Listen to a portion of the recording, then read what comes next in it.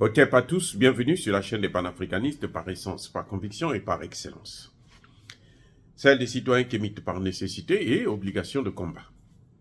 Nous sommes une chaîne qui n'est guidée que par nos ancêtres et rien que par les ancêtres qui appartiennent à l'égrégore du monde noir.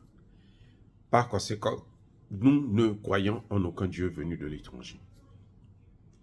Toutefois, cette vidéo n'est aucunement destinée à inciter à la haine ou à la violence, car nous menons un combat qui est d'abord et avant tout spirituel, intellectuel et démocratique. Ensuite, il est politique, géopolitique et géostratégique.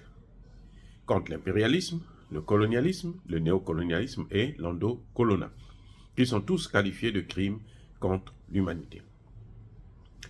Nous menons ce combat sur la base du principe fondamental que nous avons hérité de nos ancêtres kémites, qui est celui de la Mahat, c'est-à-dire solidarité, vérité et justice. Vous êtes donc en droit de connaître la vérité et nous avons l'obligation de vous dire la vérité, rien que la vérité, afin que justice soit rendue au continent africain. Et ça, c'est notre modeste contribution dans cette noble lutte en faveur de la souveraineté, la dignité, la solidarité et l'unité africaine. C'est exactement ça que nous appelons le panafricanisme. Bien-aimés frères et sœurs, je veux vous parler en quelques mots, de façon vraiment très lapidaire, des faux procès en Afrique. On peut appeler ça aussi des demi-procès. On dit qu'on fait un procès qui ne va pas jusqu'au bout, qui ne se termine pas, où on n'aborde pas toutes les questions, où il y a des zones d'ombre, il y a des points sombres que on ne veut pas éclaircir. Ce sont les procès des anciens chefs de l'État. Il y en a un qui s'est produit au Burkina Faso. Il y en a un autre qui est en train de se passer actuellement même en Guinée et Conakry.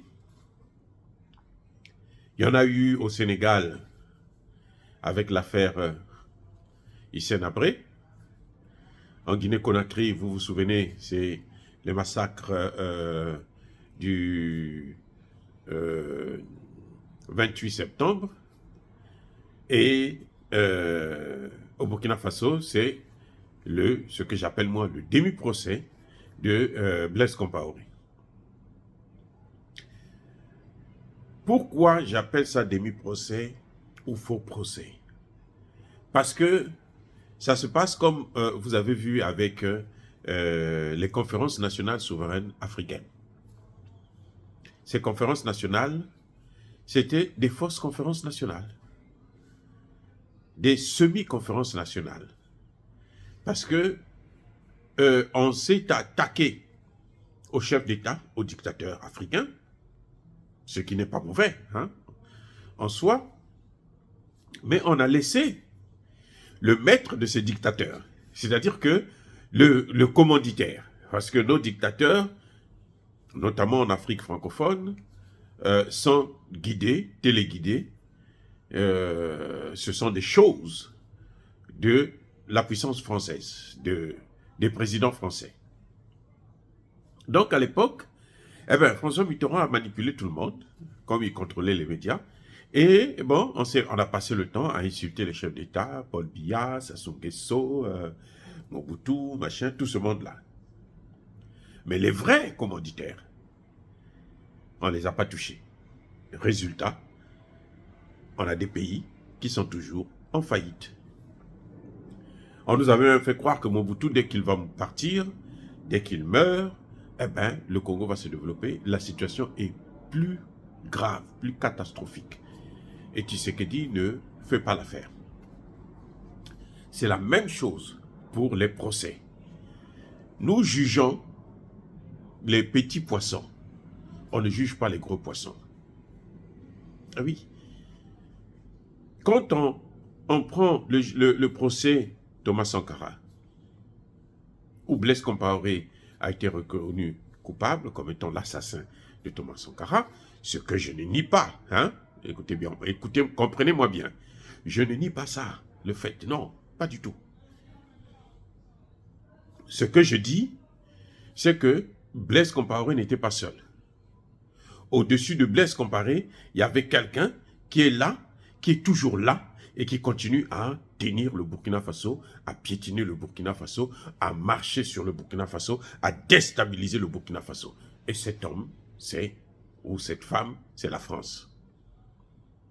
Au moment où nous parlons, c'est Emmanuel Macron.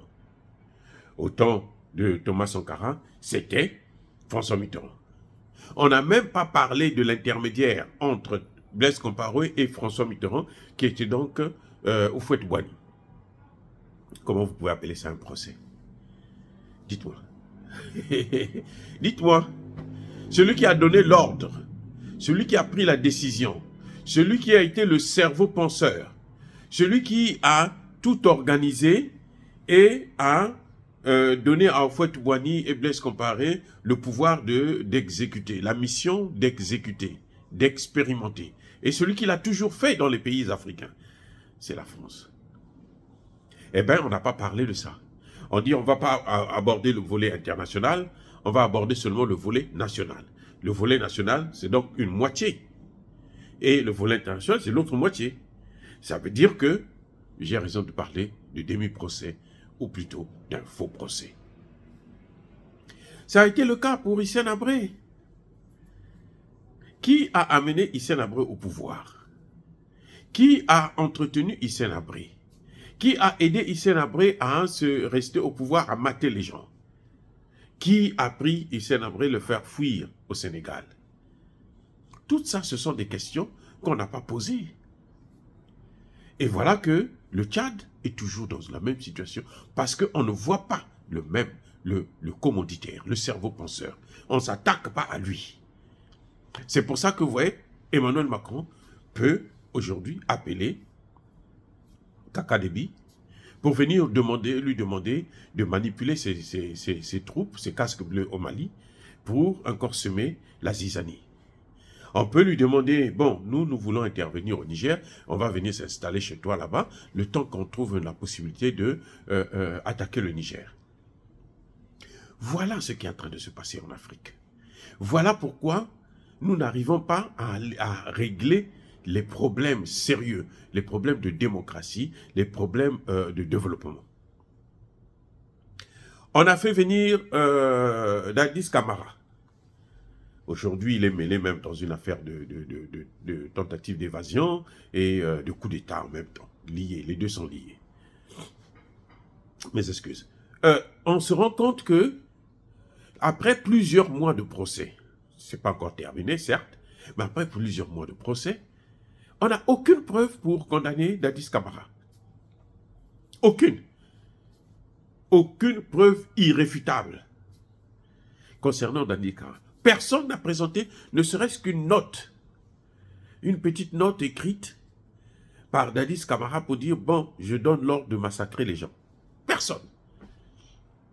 Dadis Camara est là juste parce que c'était lui qui était le chef de l'État et la marche, il faut le reconnaître, la marche avait été interdite. Le meeting là avait été interdit.